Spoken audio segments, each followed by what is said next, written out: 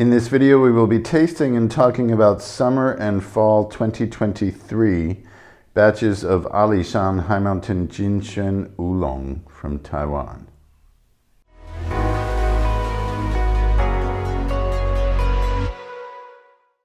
We're here tasting summer and fall 2023 batches of Alishan High Mountain Jin Xuan Oolong from Taiwan. I brewed 9 grams of tea leaves in these 150 milliliter tea judging cups for 90 seconds 3 times, first, second, and third time. I have the summer batch on my left here.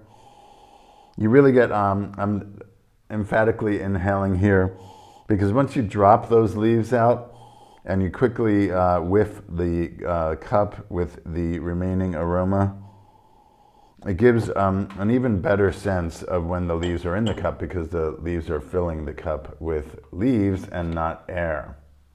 Fall.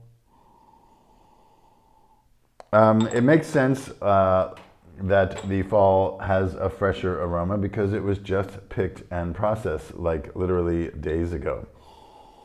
I'm getting a little bit more of a,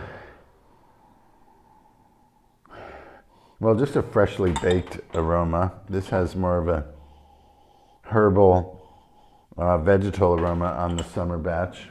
I can see already that the stem material is larger on the summer batch, just like it was in our oolong batches of tea.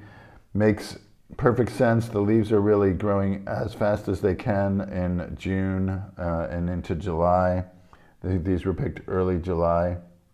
Very fully grown leaves, classic summer crop of leaf material.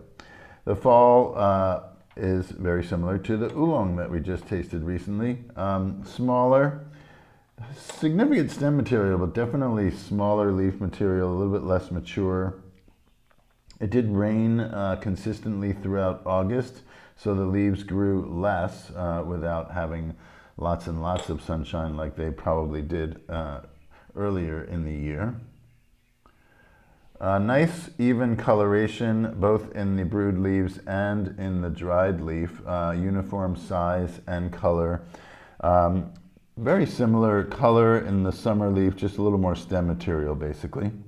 Slightly more mature leaf material in the previous crop. Visually, the brewed tea is very close in my perception. I can see a little bit of different, the fall harvest being slightly darker on the first brew, but on the second and third, if we switch them out, I don't think I would be able to tell. It's really similar. Nice golden hue. Definitely brewed lighter on the first brew and darker as we go. So we're gonna go 1 and 1, start with summer. First brew.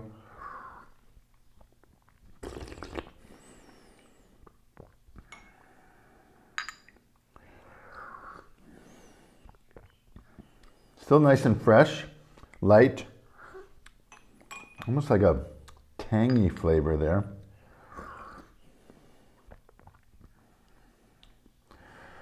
This is very similar to the tasting we just did of the oolong batches that we sourced. The summer is lighter and, yeah, I think that could be called floral. More floral than vegetable, definitely aromatic, perfumey. And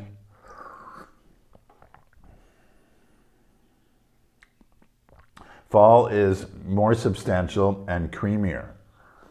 A little more Jin Xuan, that classic milky buttery flavor coming through on the fall on the first brew. Let's see how we go on the second.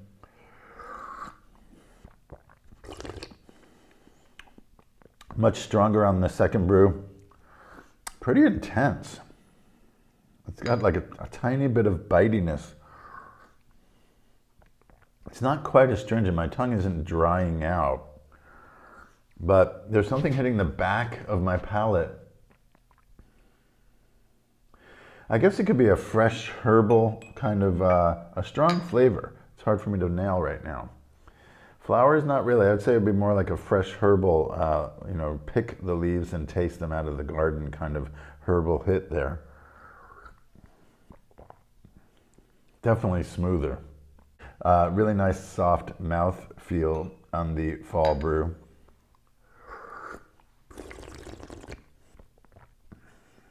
Buttery, a little bit of pastry. I think the oxidation is more significant in the fall brew. Younger leaf material, a little bit more denser, kind of concentrated composition, which really makes good sense given that the leaves were much more mature in the summer, a little more fiber structure to them. They're less mature in the fall. They still have a lot of juice in them, giving them their stronger flavor profile. I got lost here. I'm going to start on the third again. Summer. Yeah, that's a very interesting kind of strong note in the summer tea there.